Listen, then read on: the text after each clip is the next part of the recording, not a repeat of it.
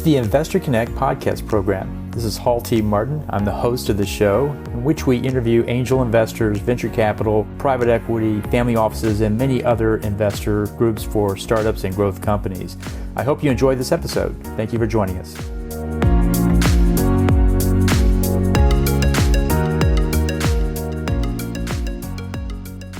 Go ahead, Mike. Go ahead and launch your slides and kick off when you're ready.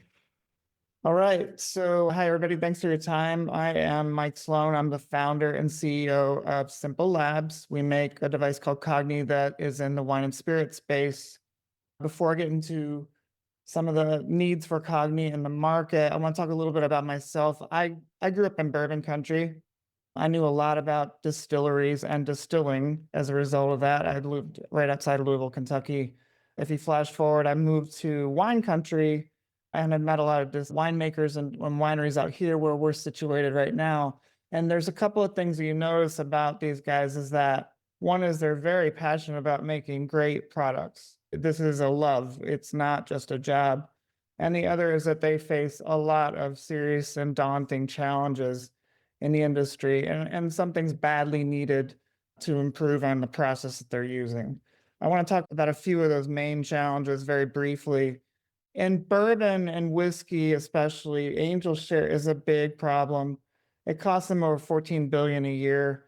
It's a normal process to have evaporation. Angel share is the normal amount that'll evaporate out of a barrel over the course of 2 to 4 years. But when it's excessive and half the barrel's gone, it's a lot of product loss, and they're having a hard time struggling with, especially in the medium and their premium products, what to do. I'll get into a little bit later here about a little more in depth on that one. But spoilage is another one in the wine industry. You get losses annually of about 7.6 billion to this. 1% of all wine barrels go bad. And it's only because they don't have enough labor. They don't have enough budget for sufficient quality testing.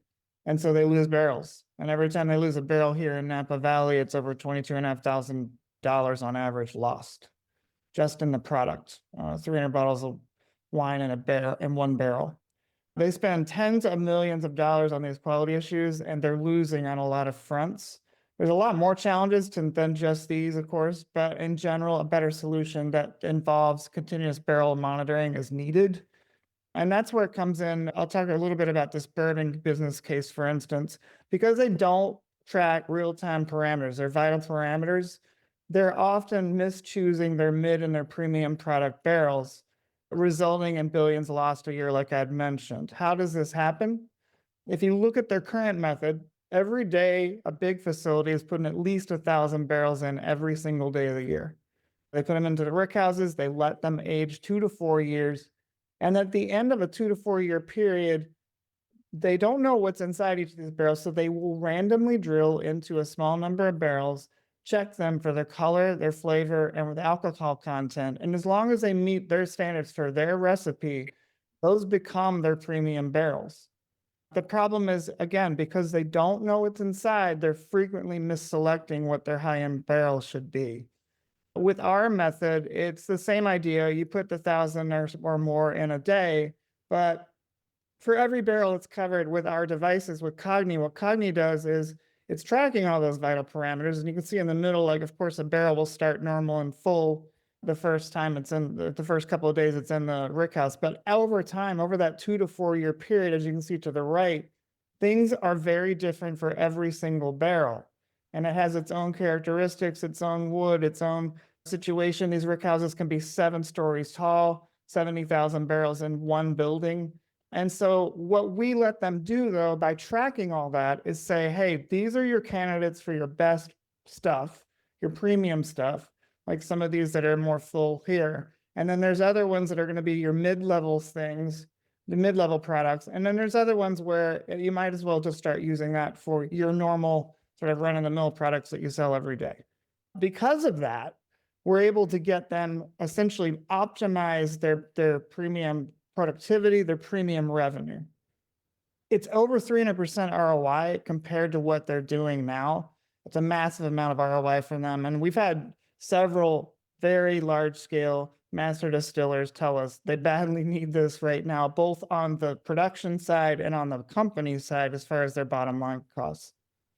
So Cogni is what I've invented. It is a device of sorts, but it's not just a device. It's a platform that's using a lot of ML and AI behind it to power some insights, some alerts, some across any number of locations, doesn't matter. You can deploy as many of these devices as you want globally. And the data you get is a big deal because they've never had this kind of historical comparative data over time.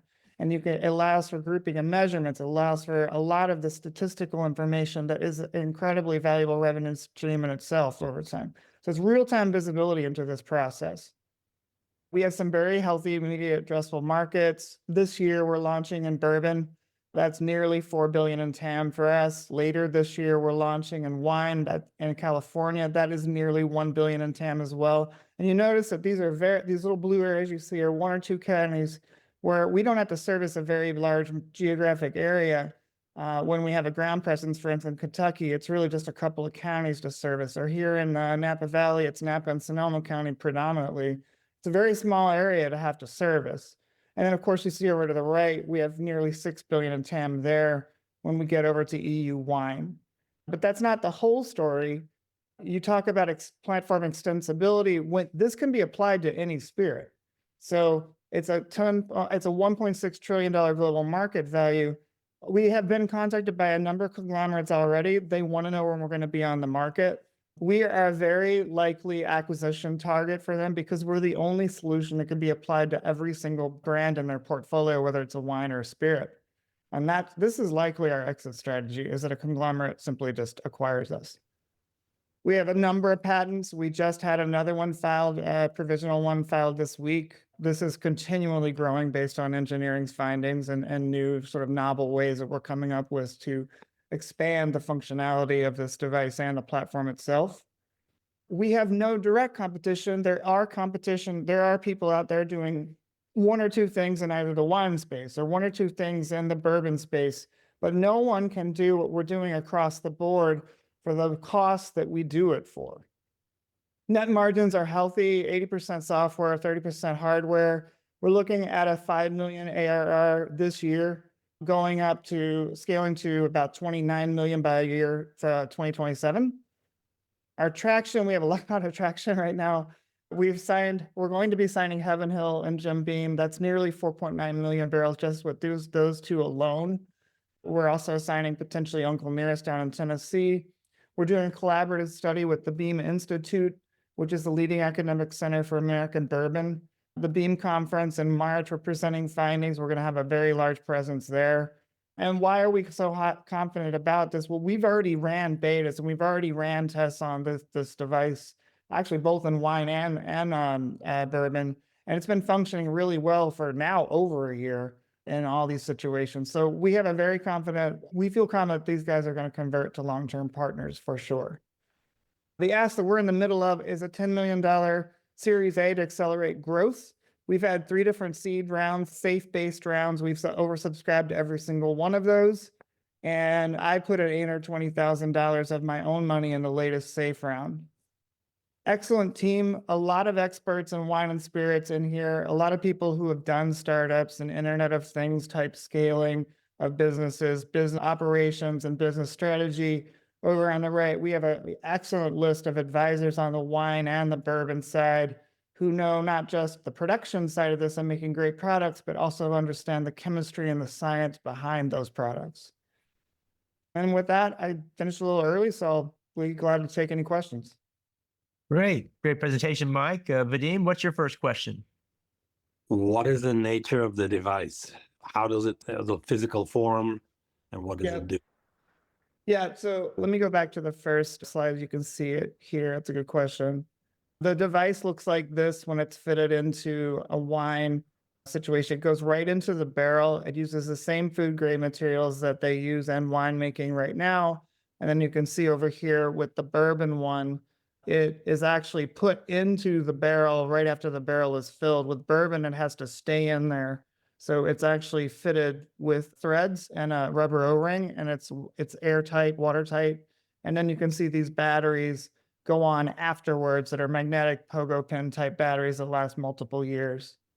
So that's the hardware side of it. And then, of course, like I mentioned, there's a pretty robust platform that's behind all of this, driving everything. Nola, what's your first question? Good description of how it works. Can you give me a little bit more color on the software and where does that sit inside of a winery or a distillery? Let me try to get to my appendix real quick because I've got some good slides for that back here. So the platform itself, if you're looking at that, the platform allows for them to have, obviously it's a secure environment. People will have different types of profiles and permissions based on their role in the rickhouse or in the distillery. And then once they log in, they'll be able to see all of their locations just across the planet, really, or in a geographic area that they're predominantly involved in. From that, they can drill down from lot level lists, which are groups of barrels, down to even just a single device like this is showing for bourbon. And they're able to track and see anything that's within line. And if it's a normal, just nothing's going wrong, they're not going to get any alerts, of course, but they will get insights as to how the group is performing over time. But this platform sits in an AWS cloud environment. It's completely secure. At the same time, they can pull data when they want to for their data science teams from it. They can use it how they see fit. And then, of course, once we have the data on the higher level stuff, we'll anonymize that, aggregate that, and be able to present larger scale findings to everyone without being able to recognize them individually. I can see where this is good for an overview, but does it give you an alert if something's gone wrong with your barrel? Or Absolutely. Yes. So it's different for wine and spirits, but for instance, in wine, the winemaker can set tolerance ranges for pH or for acetic acid or for whatever parameter they feel they want to have a certain like SO2 as well, that they'll say, hey, if it's crossing this threshold, send me an alert. Or if it's about to cross a threshold or has a sudden delta over a few days, it'll know to send them an alert, send their cellar crew an alert that that barrel should be looked at. The same with bourbon, but what the alerts in a bourbon are more around, hey, these barrels are performing better than others, because with bourbon, they're not able to necessarily mitigate anything in bourbon, but the bourbon goal is to tell them exactly which barrels are performing the best or which barrels are performing at a sort of normal rate, and send them those insights over time. So with bourbon, it's more of an awareness of what's going on and trending over time. With wine, it's much more week to week, where they're getting parameters and getting insights much more frequently to that. But again, they're able to set this up the way they make their stuff, particular to their brand and what they look for instance, in color or whatever it is. So they can personalize it exactly to what their facility, what their needs are as a distiller or a winemaker. How much does it cost? So it's cheap, actually. The beginning cost for these first people coming in is $50 a year, hardware and software included. So that's the first price. That's going to be for the first year. And then, of course, that's going to rise as we get the data offerings, as we get more insights. We also we'll have multi-year contracts. For bourbon, it's a 4-year contract. For wine, it's likely going to be a 1.5 to 2 year contract, but depending on what the kind of wine they're making. But for bourbon, it's definitely going to be a starting price of $50 per device per year. So in other words, over 4 years, it's $200. So if we save them even just a few bottles on average between those barrels that are covered, that's why we're getting that over 300% ROI over time. You are selling this direct now yourself? Correct. Are you going to use, how's it going out to the customer? So we're in the middle of our beta testing with customers. So we are building our trial devices to have our final testing for them. Once we get their blessing, then they become customers and they're ordering, somewhere between 70,000 to, we're going to cap it at about 100,000 max devices the first year. So we're able to give everybody a great customer experience the first year. But we are selling direct. We are going to have a ground presence, for instance, in Kentucky, a small scale facility that will house and have the inventory and have a tech team, guys in a van and things like that. But it's a direct sale. It's B2B sale, but it's a direct sale.